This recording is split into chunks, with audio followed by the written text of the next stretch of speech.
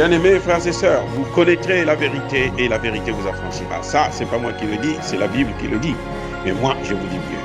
Vous connaîtrez la vérité historique, notamment celle de vos ancêtres kémites, et vous aurez une vision globale de ce que c'est que la vraie souveraineté politique. J'ajoute, vous reviendrez à la spiritualité africaine ancestrale et vous comprendrez les enjeux de l'indépendance économique.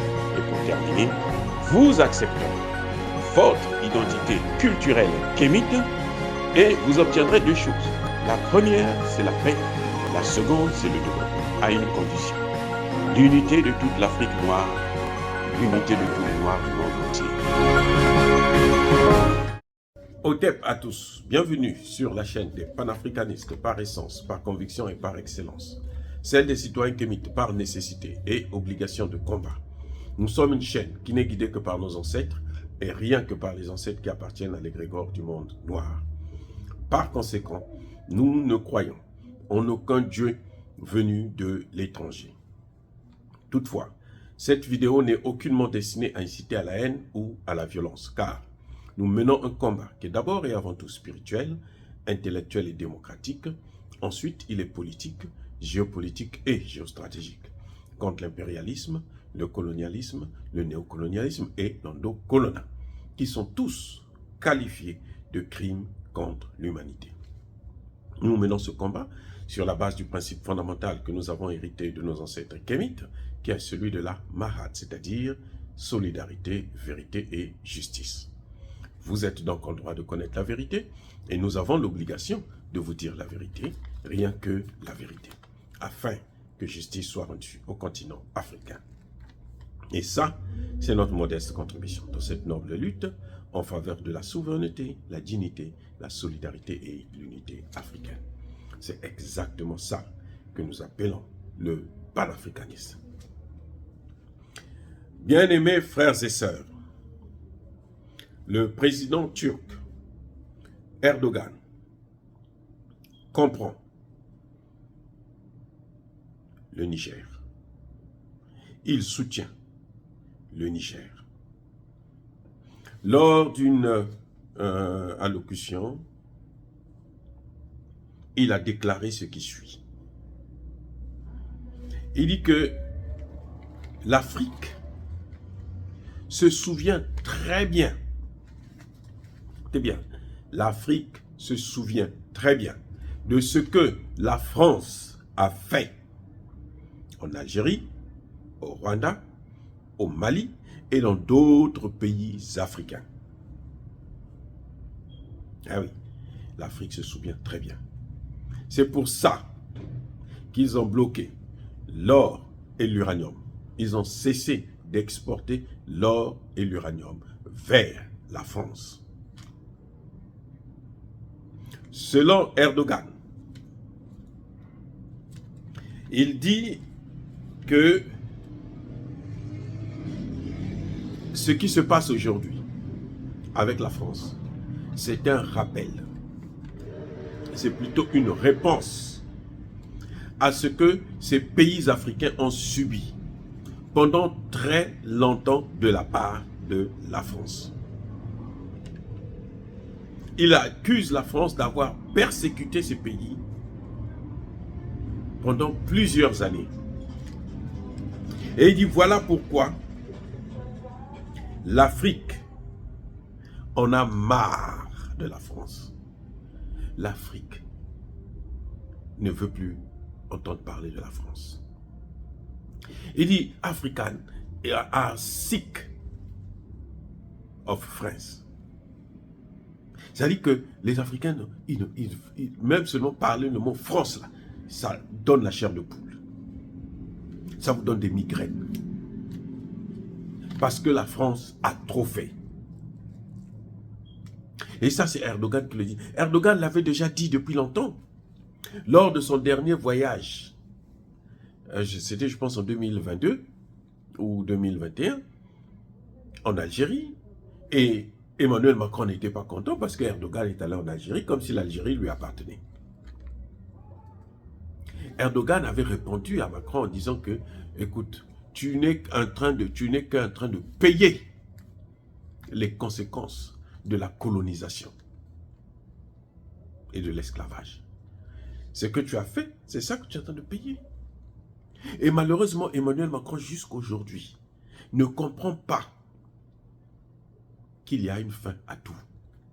Il force, au lieu de changer sa nature, la nature de son comportement avec les pays africains, il continue à faire la même chose. Il continue à répéter la même chose. C'est-à-dire que c'est comme vraiment, c'est quelqu'un qui est carrément taré. Parce que quelqu'un qui réfléchit, quand tu vois une fois ça ne marche pas, deux fois ça ne marche pas, la troisième fois tu dois hésiter. Tu dois t'arrêter. Tu dois réfléchir pour savoir pourquoi ça ne marche pas. Il ne suffit pas de critiquer la Russie. Non. Maintenant, vous avez même les Français eux-mêmes. Les médias français. Ces médias de propagande. Sur RFI et France 24, vous trouvez des gens qui vont vous dire que ce n'est pas la Russie qui est allée au Niger. Le coup d'État du Niger, ce n'est pas l'œuvre de la Russie. Ce n'est pas la Russie qui a demandé au Niger de expulser l'armée française.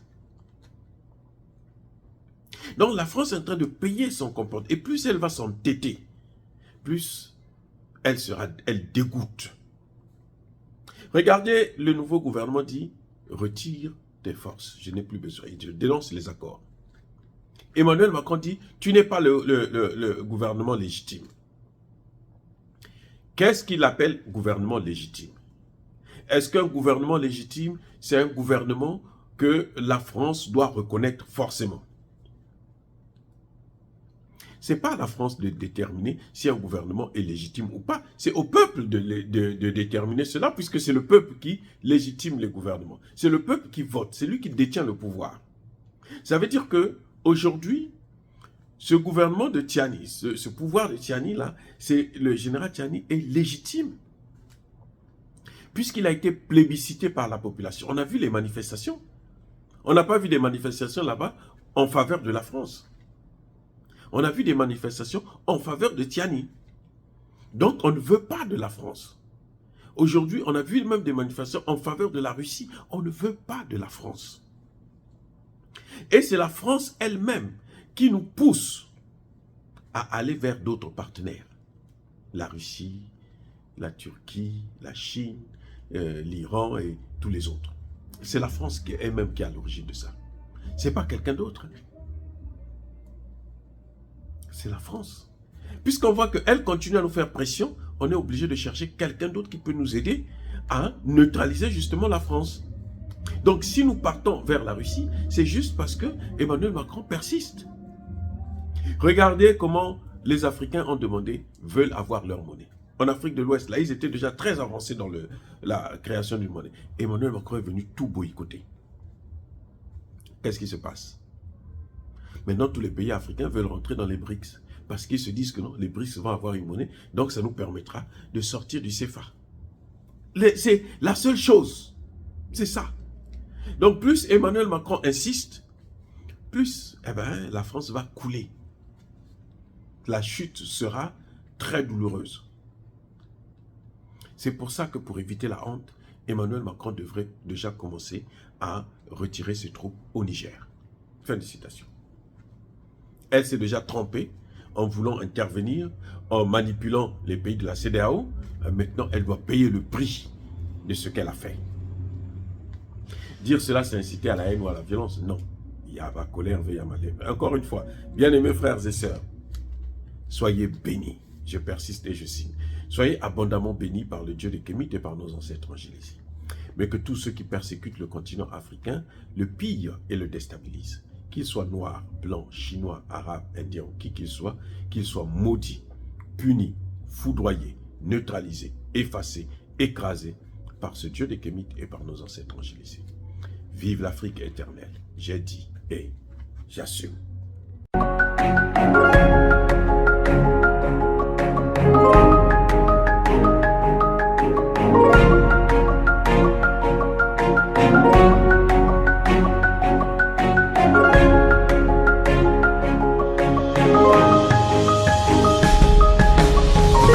Eux, ils marchent par la foi et non par la vue.